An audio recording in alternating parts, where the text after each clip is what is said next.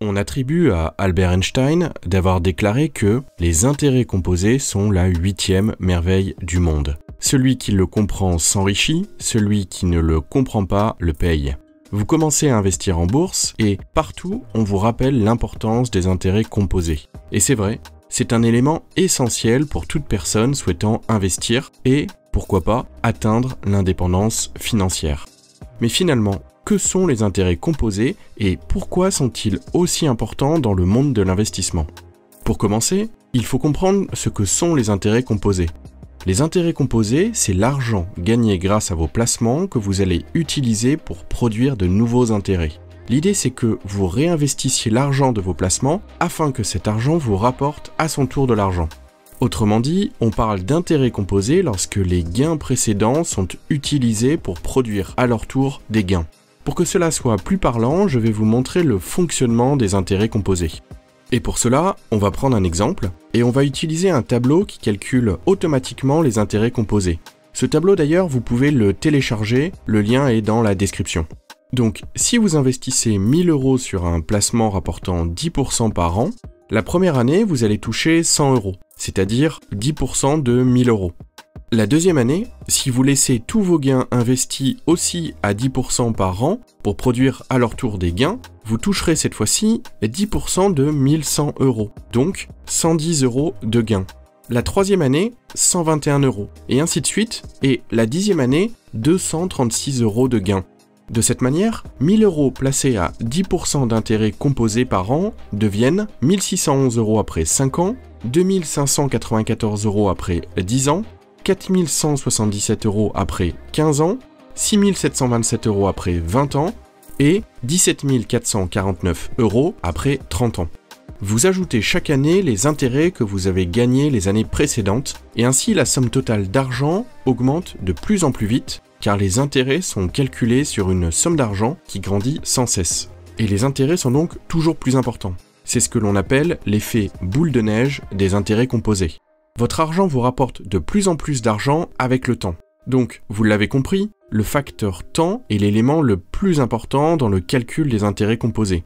Et pour bien le comprendre, on va utiliser un exemple concret. Lucie et Guillaume ont le même âge, 20 ans. Lucie commence à investir son épargne en bourse dès qu'elle a 20 ans. Elle réussit à épargner 4000 € par an. Au début de chaque année, elle achète pour 4000 € de parts de fonds d'investissement en bourse. Le fonds lui rapporte en moyenne 9% d'intérêt par an. Au bout de 20 ans, Lucie a 40 ans. Elle a investi au total 4000 € x 20, soit 80 000 €. Elle arrête de verser de l'argent sur son compte et, évidemment, ses investissements continuent de lui rapporter des intérêts tous les ans. Guillaume, lui, a 40 ans lorsqu'il commence à investir son épargne en bourse. Comme Lucie, il épargne 4000 € par an. Au début de chaque année, il achète pour 4000 € de parts de fonds d'investissement. Le fonds lui rapporte également 9% d'intérêt par an. Il fait ça pendant 25 ans, soit 5 ans de plus que Lucie. Je prends volontairement une durée plus longue pour l'exemple. Au bout de 25 ans donc, Guillaume a 65 ans. Il a investi au total 4000 € x 25, soit 100 000 €, donc 20 000 € de plus que Lucie. Lucie et Guillaume ont alors tous les deux 65 ans.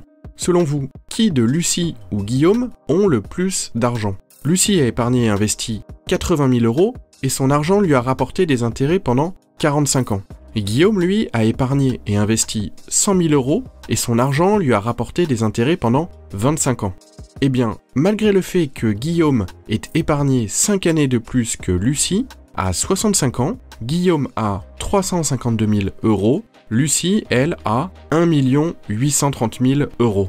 Car Guillaume a commencé à investir son épargne 20 ans après Lucie. Il a épargné et investi une somme d'argent plus importante qu'elle, toutefois, ça ne compense pas ses 20 ans de retard sur elle car l'épargne de Lucie lui a rapporté des intérêts pendant 45 ans, alors que l'épargne de Guillaume lui a rapporté des intérêts pendant 25 ans. À 65 ans, Guillaume cumule 259 000 € d'intérêts et Lucie 1 750 000 €. Ainsi, plus vous investissez tôt, plus vous profitez de la puissance des intérêts composés. Parenthèse dans cette vidéo, j'ai un petit exercice pour vous qui va vous prendre 3 secondes. Si la vidéo vous plaît, mettez un pouce bleu et abonnez-vous à la chaîne afin d'être informé dès qu'une vidéo est publiée. Une personne qui a très bien compris la puissance des intérêts composés, c'est Warren Buffett. Lors d'une assemblée, un investisseur lui a demandé ses secrets pour devenir riche. Et celui-ci lui a répondu « Ma richesse vient essentiellement de la combinaison de 3 choses. Vivre en Amérique, la chance et les intérêts composés. » Vous connaissez tous Warren Buffett, qui est un investisseur américain devenu milliardaire en 1985 grâce à ses investissements en bourse. En 1942, il a 11 ans et il achète ses 3 premières actions en bourse pour 114 $. En 1960, il a 30 ans et il devient millionnaire. Et en 1985, à 55 ans, il devient milliardaire. Avec ces chiffres, vous comprenez que sa richesse a suivi une courbe exponentielle. Lors d'une autre assemblée générale de sa société, un actionnaire lui demande comment il pourrait lui aussi gagner 30 milliards de $. Warren Buffett lui recommande soit de commencer très jeune, soit de vivre très vieux.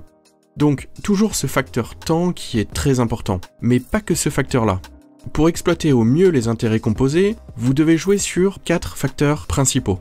Le premier facteur est logiquement la somme du placement initial. Placer 10 000 € à 10% par an sur 30 ans générera un capital de 174 000 €. Si vous placez seulement 5 000 € de plus, soit 15 000 €, votre placement générera un capital de 260 000 €, soit 86 000 € de plus. Le second facteur, c'est la régularité de vos investissements.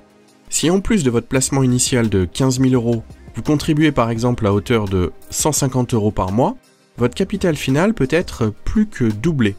Donc, mettre en place des versements programmés pour investir régulièrement est une excellente pratique. D'ailleurs, ce n'est pas pour rien que vous avez des courtiers qui proposent des investissements automatiques. C'est-à-dire que vous programmez vos investissements pour ne plus avoir à y penser. Vous avez par exemple Trade Republic qui propose cette option. Si cela vous intéresse, vous avez le lien en description pour bénéficier d'un bonus de parrainage. Le troisième facteur qui peut influencer les intérêts composés, ce sont les intérêts annuels. Obtenir une performance de 8% par an plutôt que 10% par an va largement réduire vos résultats. Pour un investissement de 15 000 €, on passe de 573 000 € à 363 000 €. Pour autant, ne cherchez pas que la performance. Une performance très élevée va de pair avec des risques très élevés. Le quatrième facteur qui influence les intérêts composés, c'est la durée du placement. Plus votre placement s'inscrit dans la durée, meilleurs sont les résultats. C'est mathématique. Investir sur 35 ans au lieu de 30 ans par exemple, apporte ici des résultats sensiblement différents. On passe de 573 000 € à 935 000 €. Donc le meilleur conseil que l'on puisse suivre, c'est de commencer le plus tôt possible à investir. Voilà, je vous rappelle que vous pouvez télécharger le tableur afin de faire vous-même toutes vos simulations d'intérêts composés en prenant en compte votre situation et vos objectifs personnels. J'espère que vous avez apprécié cette vidéo. Si c'est le cas, n'hésitez pas à mettre un pouce bleu et à vous abonner, cela m'aide énormément pour le développement de cette chaîne. Et n'hésitez pas à me dire en commentaire le type d'investissement que vous comptez réaliser afin de faire tourner à plein la magie des intérêts composés. En attendant, je vous souhaite à tous plein de réussite dans vos investissements. À bientôt, ciao.